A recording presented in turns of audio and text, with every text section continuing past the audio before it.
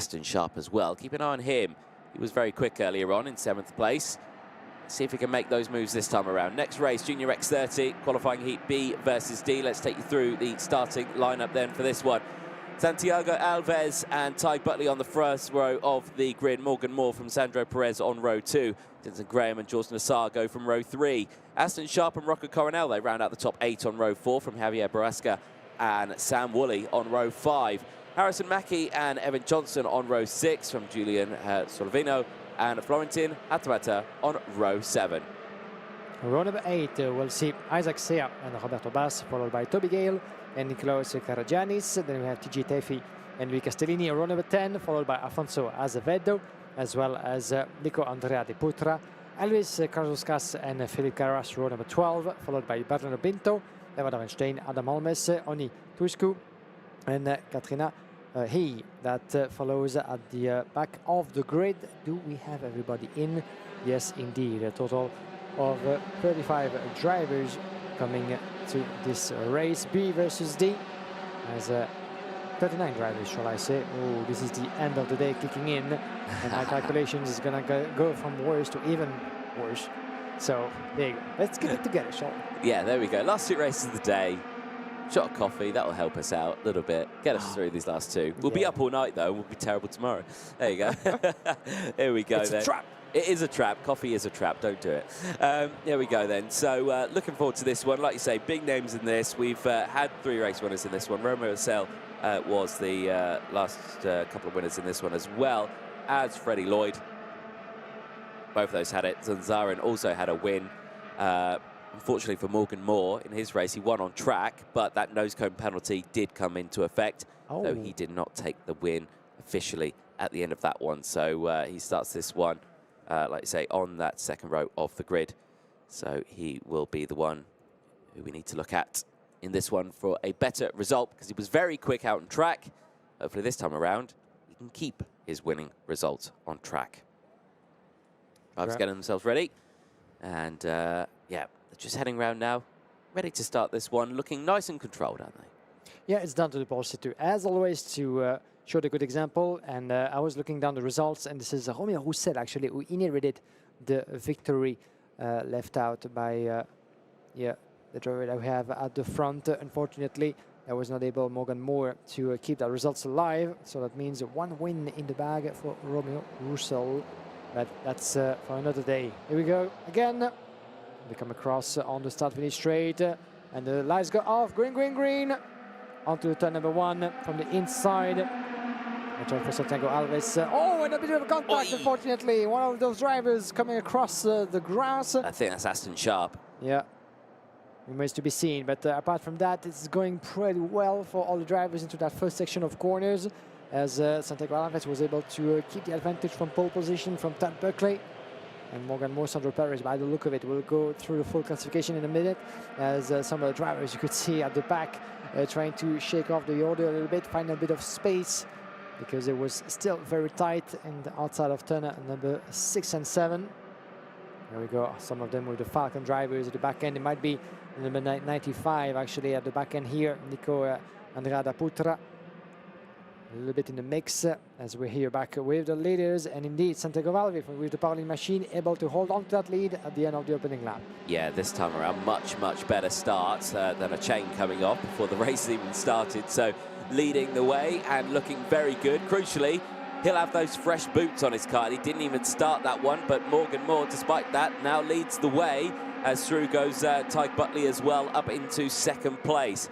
So despite the fact that he may have retired and still has fresher tyres, you can't stop that slipstream. In they go, though, into the top section, and Santiago gets back into 2nd place. Morgan Moore down into 3rd.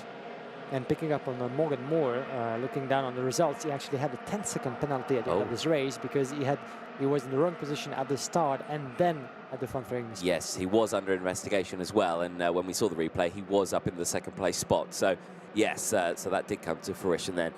That's a big shame then. God, 10 seconds worth of time penalties in your first qualifying heat. That's got to sting, that has, but it's not phased him, because look at him. He's battling there in 3rd place. What a drive he's having.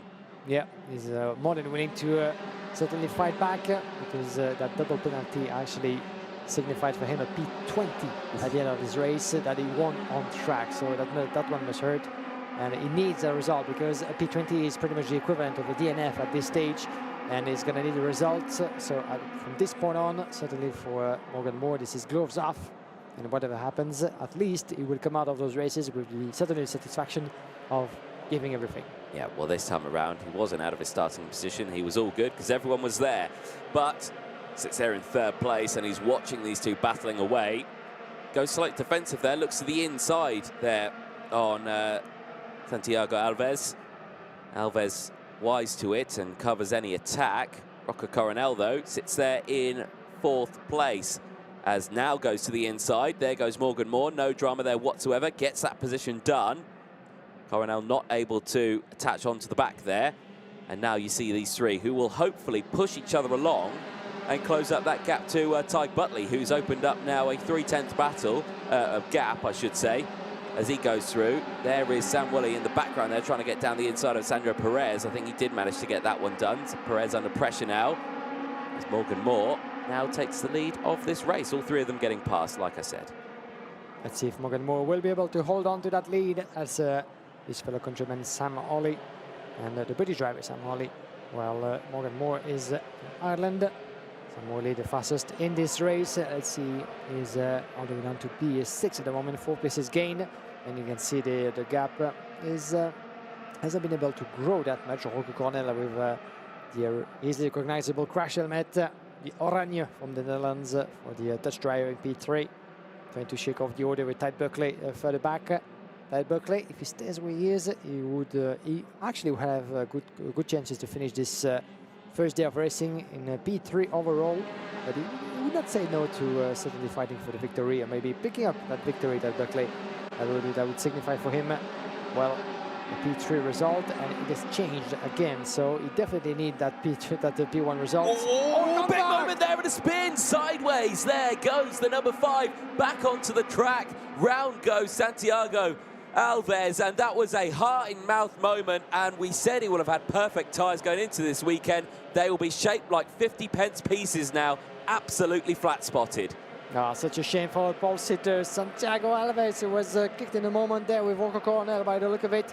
A slight contact on the way to turn number 3, and as a result it was sent into a spin and, at the back end of the grid, unfortunately, and really make it to the finish.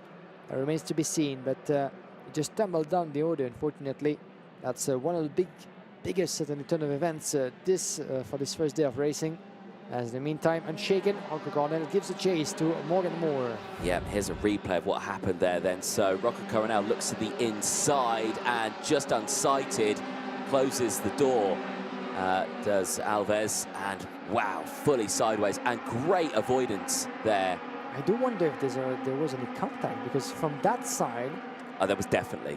Definitely. That would make sense. That would make the more sense. But from that side, it seems that there might have been certainly contact with a slight wheel banging between Rocco Coronel and Santiago Alves, because we've seen in the past as well, but it was maybe on the outside of the track, other drivers being, on the cold tires, being really putting themselves out of the track and being surprised by a lack of grip and losing control. But in the middle, on the racing line, yeah, definitely contact. Exactly that. Well, while that happened, while we were watching that replay, Rocco Coronel took the lead of the race and is starting to break away. Now, methinks he's probably thinking, right, I need to open up a 5-second gap just to be safe.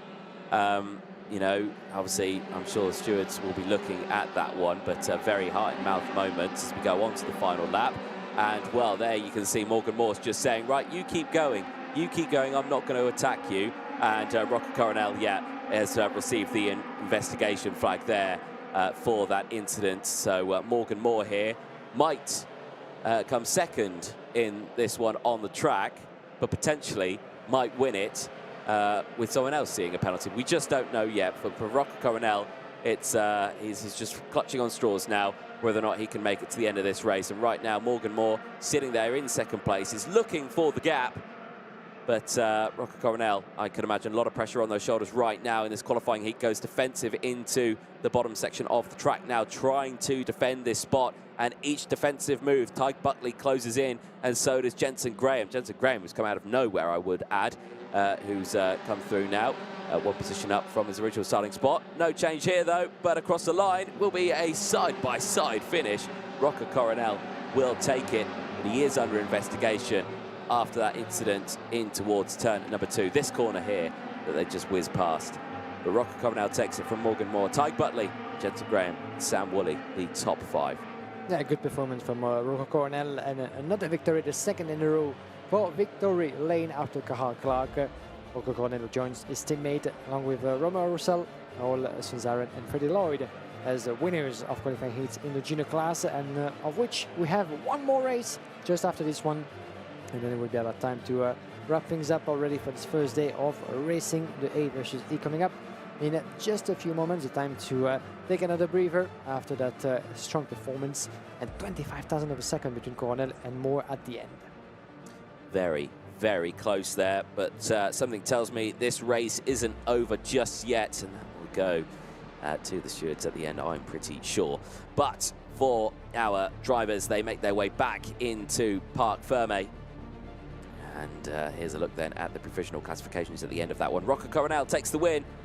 Brilliant drive from Morgan Moore, just 0.02 of a second clear as well. Tyke Buckley just behind in third place from Jensen Graham. Sam Woolley from Harrison Mackie, Sandro Perez and Felipe Armand-Carras from Isaac Say.